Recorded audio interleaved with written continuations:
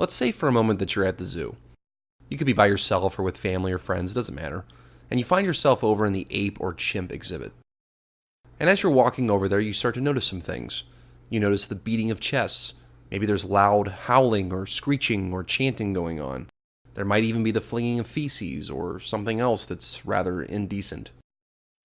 But as that's going on, you decide to stop looking at your fellow humans and you start to watch the chimps or the apes or the orangutans. Yes, okay, that's being a little bit sarcastic or satirical even. But the point is that as you're standing there and you're watching these creatures, someone says something to the extent of, "Wow, it's hard to believe we used to be one of those." When immediately someone turns to them and says, "You fool, we were never apes. We were never even orangutans. We were never chimps or monkeys. God made us directly out of the earth." And so an argument has begun. Where did we come from? Did we come from poo-flinging apes or something like it? Or did God literally put his hand down and scoop us up out of the dirt and mold us into the creatures that we are today? This is the question I'm asking today on The Writer's Lens. It's two narratives, two separate storylines, two worldviews. Are we some kind of advanced form of hominid or ape that's just along the evolutionary track, eventually going to evolve into something else someday, maybe with a bigger brain even? Or are we something of the divine? Did an intelligent being outside of our universe, but also dwelling within it, see fit to come into the material realm and scoop us up out of the ground and turn us into what he wanted to, or rather into the image of what he is, both male and female? That's the topic of today's Writer's Lens episode. This is The Narrative Wars. I'm Josh JCL Felto, and this is talking about human beings and our origins.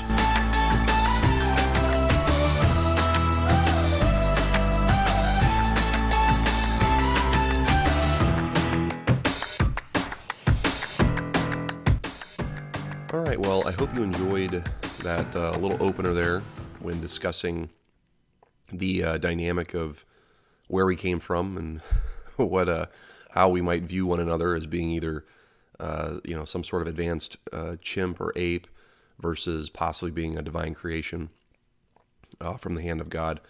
I've been wanting to talk about this topic for a long time, and quite honestly, I could probably spend a whole series discussing it.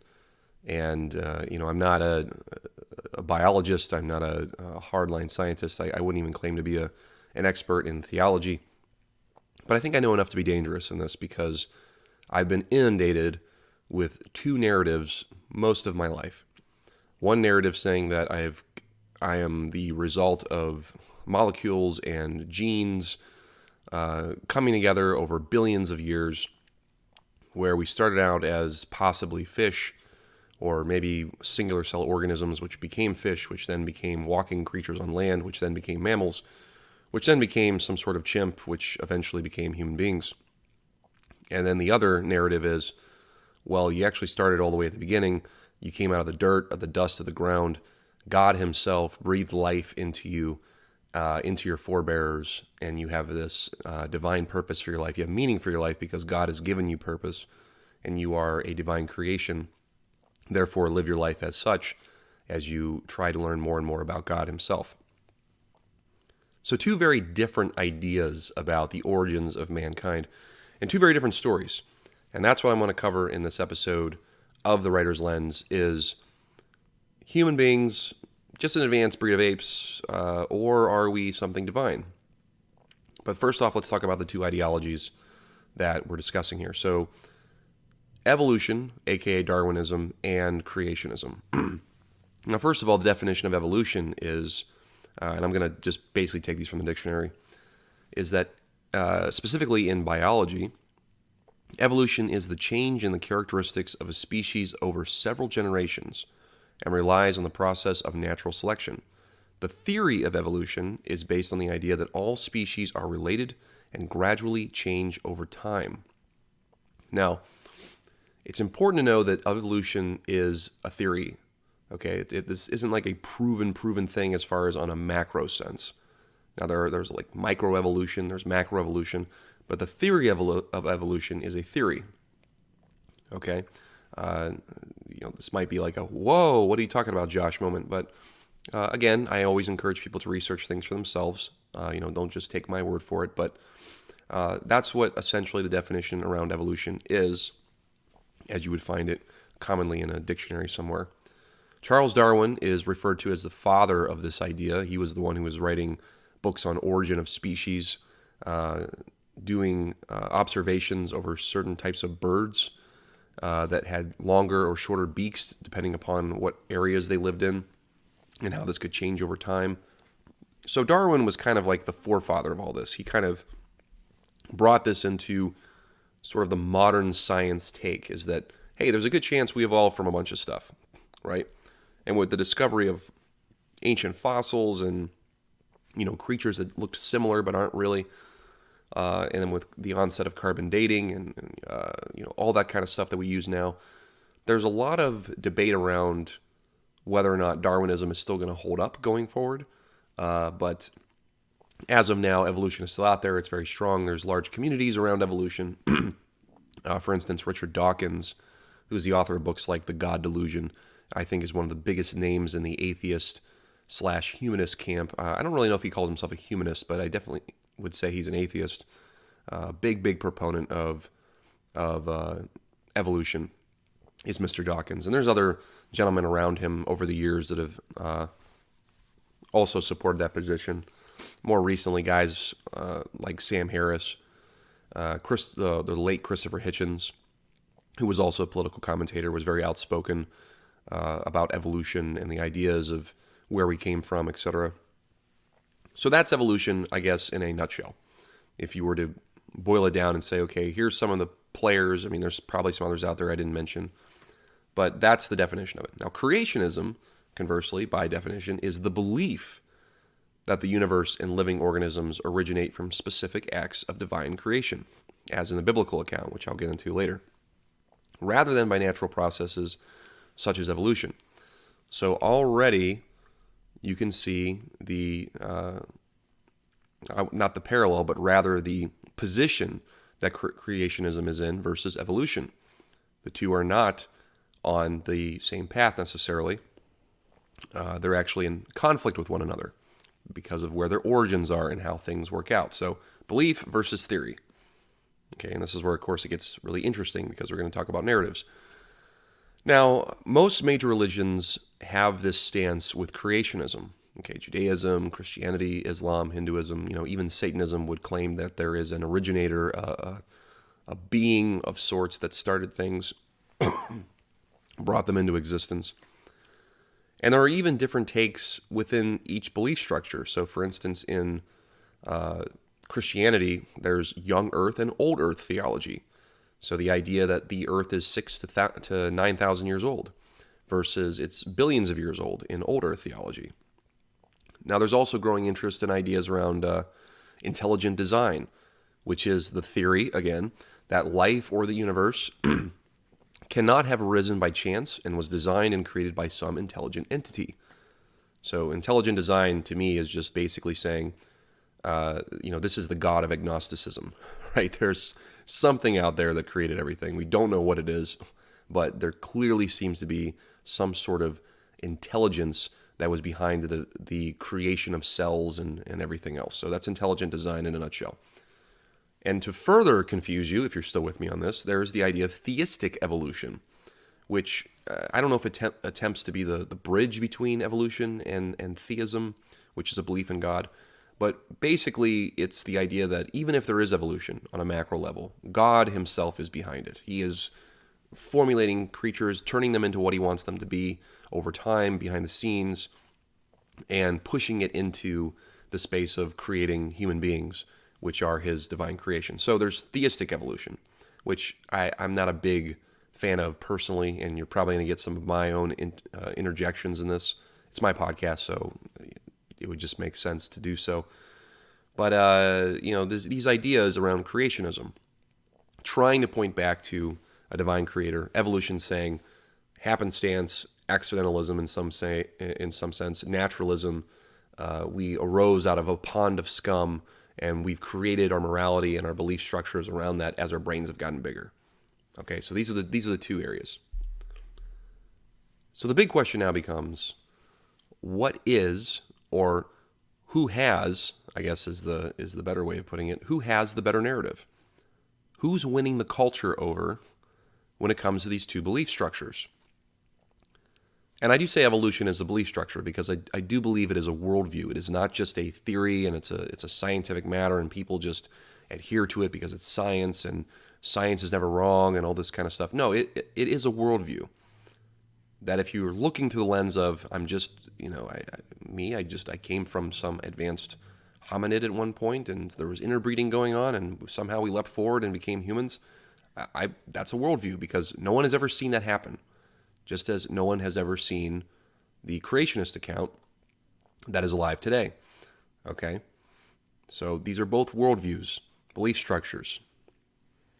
If I were to give an account of who I think has the better narrative and who's winning the culture, I would look at a lot of different areas. So first of all, school systems. What are schools teaching us? Well, in the public school system, I remember growing up, if you're my age, if you're in your 30s, even now, evolution is brought up at least. Is creationism brought up? I don't know. I've been out of the game for a while, so I have no idea. My kids aren't old enough to be in high school, but I do know that evolution gets talked about, and it's also on college campuses.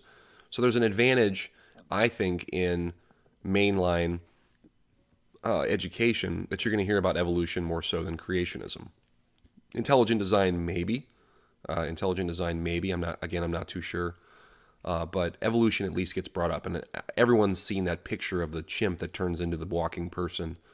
I think that was in my science classroom at one point. So school systems have it. So I think evolution might have it there. There's movies that purport the idea of evolution, but there's also movies that purport the idea of creationism. So there was the movie Noah that came out years ago with Russell Crowe that talked about God creating everything. So that was very obvious that was a creationist type worldview movie.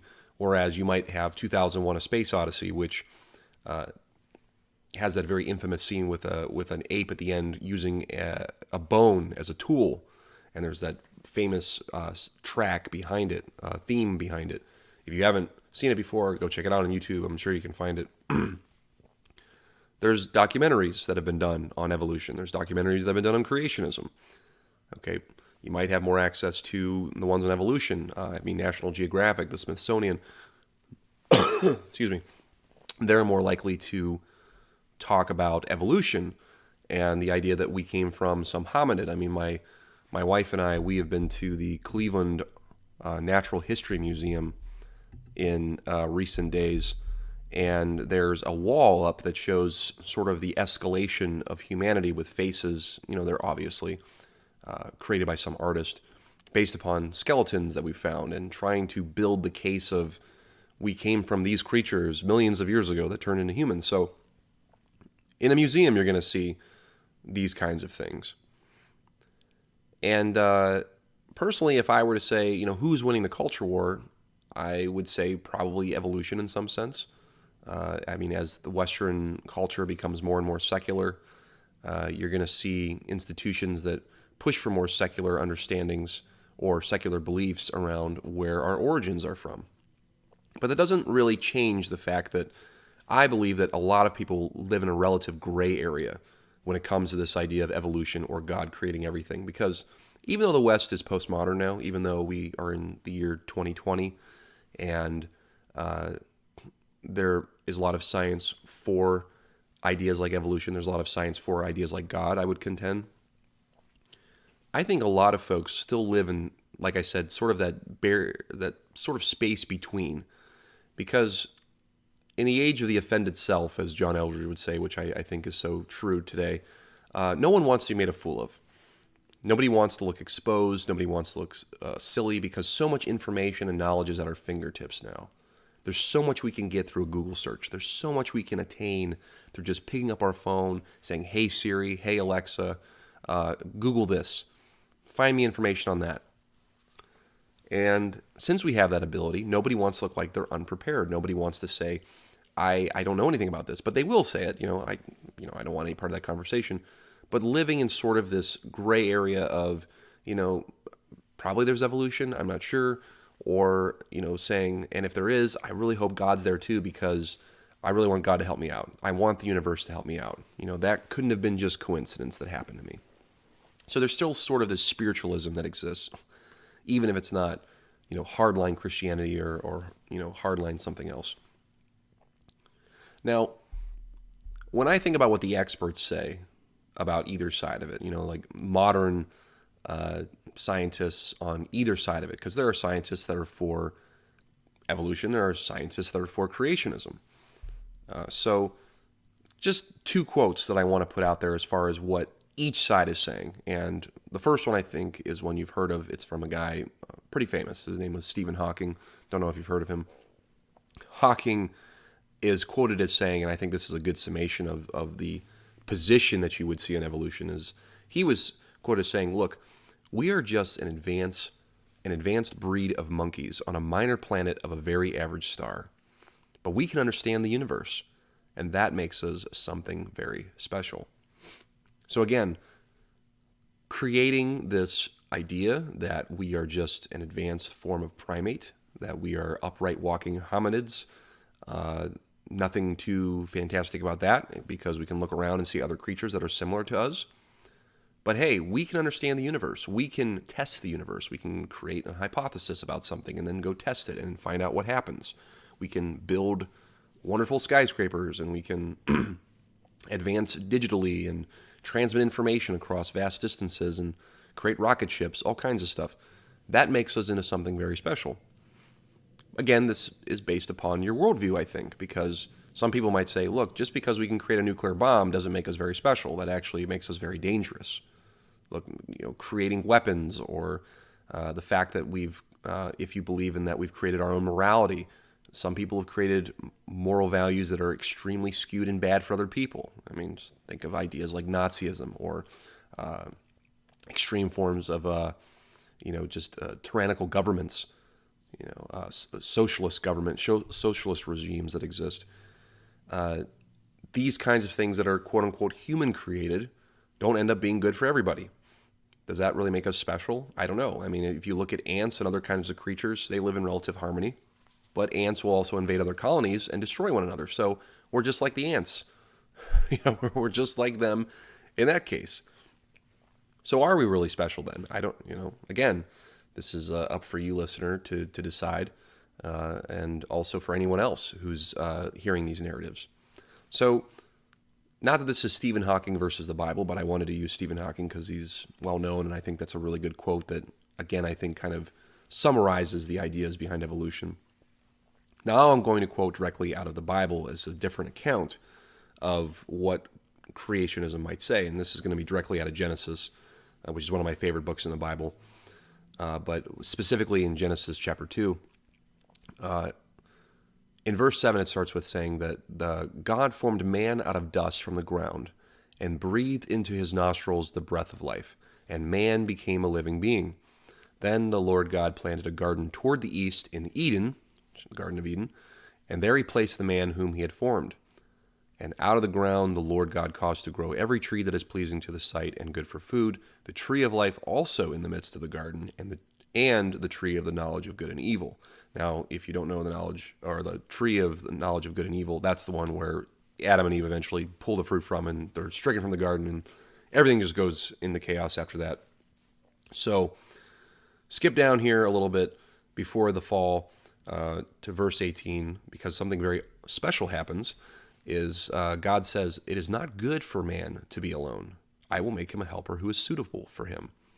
Skipping down a little bit, it says, God caused a deep sleep to fall upon the man, and he slept. And then he took one of his ribs and closed up the flesh at that place.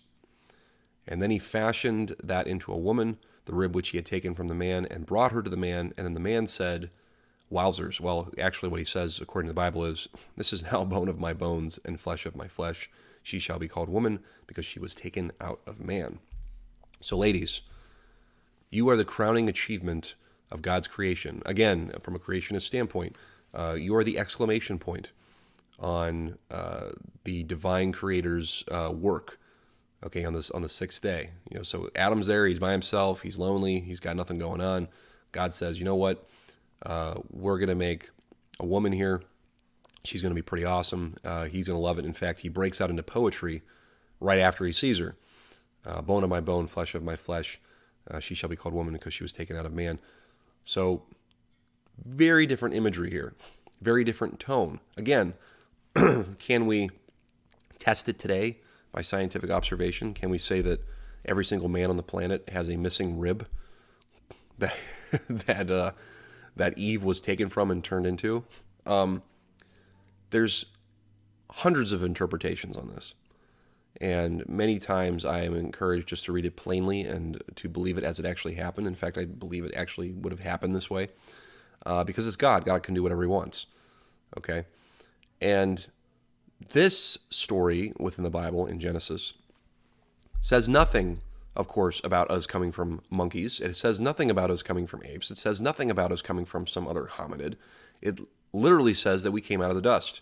We came out of ground. We came out of dirt and clay. We were not, already created with some sort of bone structure that existed. No, God literally just went, here we are. So this poses some really, really interesting contention between both sides. Because on one side, you have this theory of evolution, where it's a theory. Maybe things are changing on a macro sense. We've never been able to prove that. There's evidence of fossils that look similar to each other in different periods of time. But when do the animals jump into the next phase of whatever it is? We don't know. We don't know. And at the same time, no one can interview Adam or Eve because they're long dead. And we don't know if that is the case. So back and forth we go. Again, this becomes a belief structure. It becomes a worldview that you, the individual, has as to what you want to believe.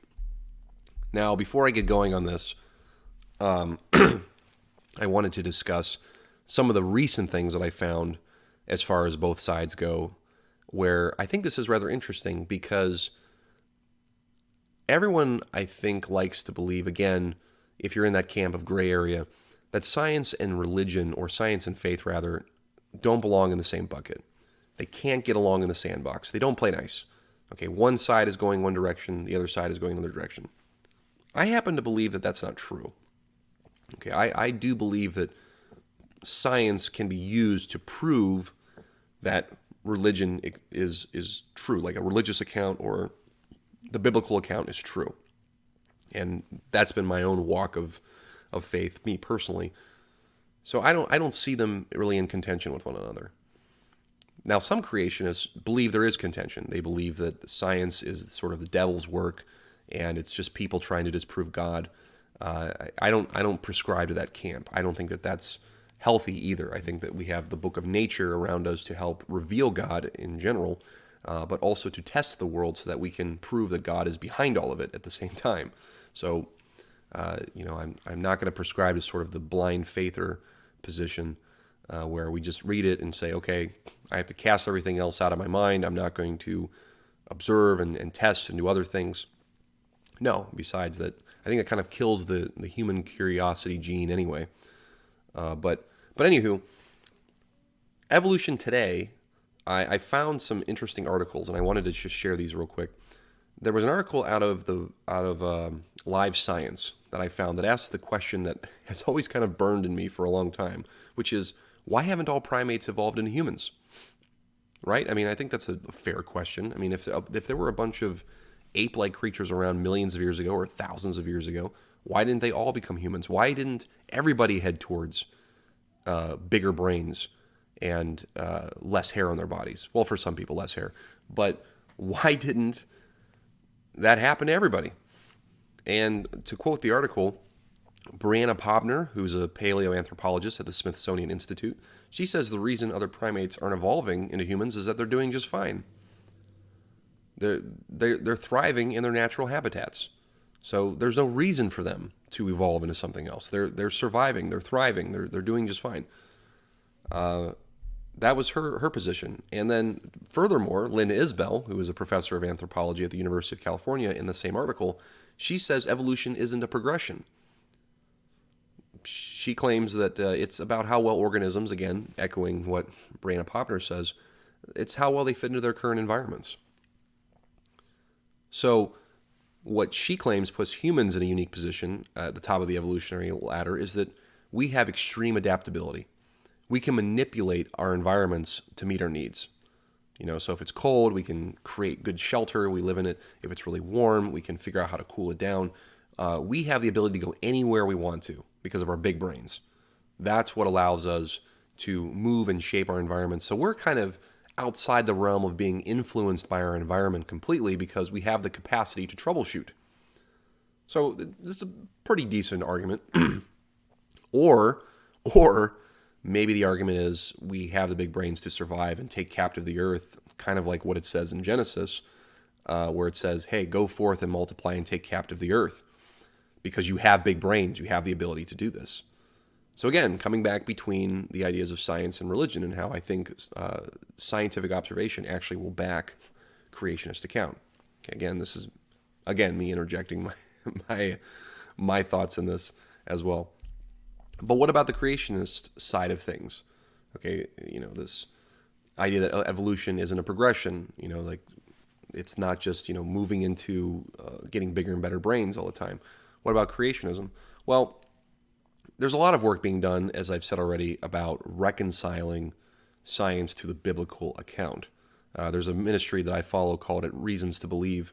Dr. Hugh Ross is the founder of it, who they do, I should say, some really interesting work as far as supporting Christianity with science.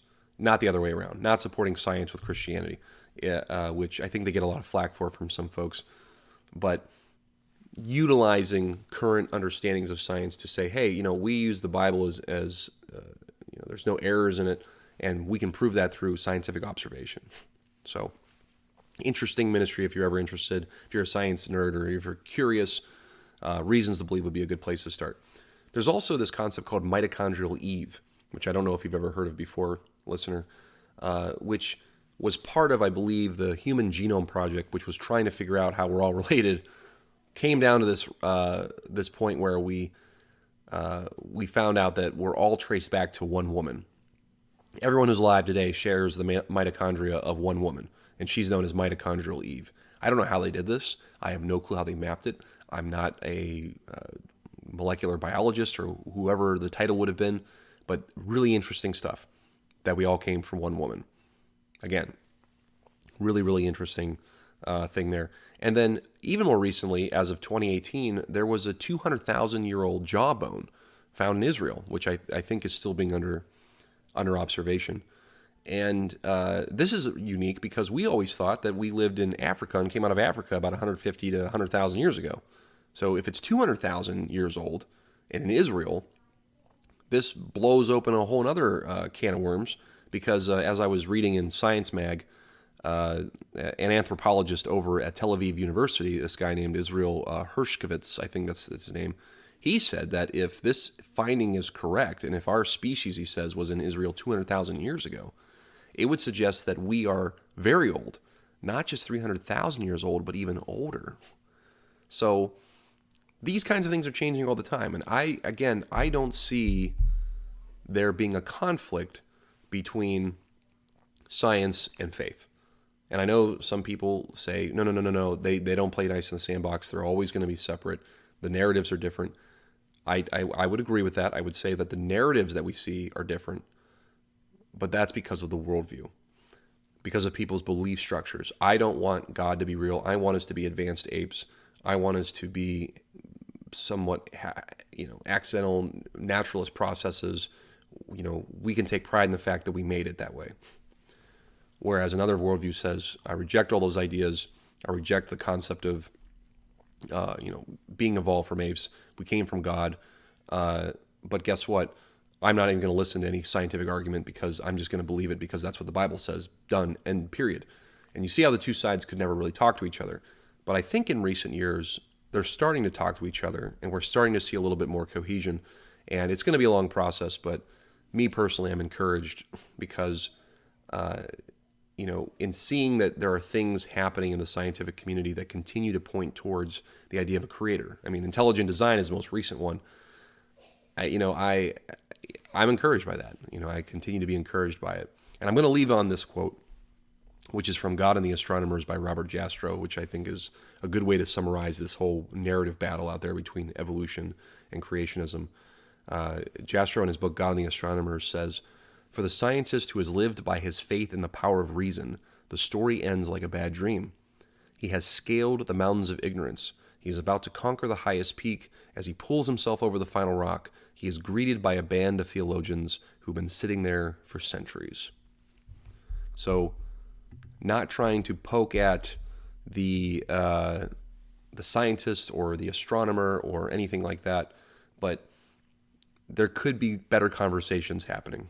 There could be better conversations happening between theologians and scientists or scientific folks within the two spheres to not be so hostile to one another when we're discussing these things. So what do you think, listener? What do you think about this whole narrative business?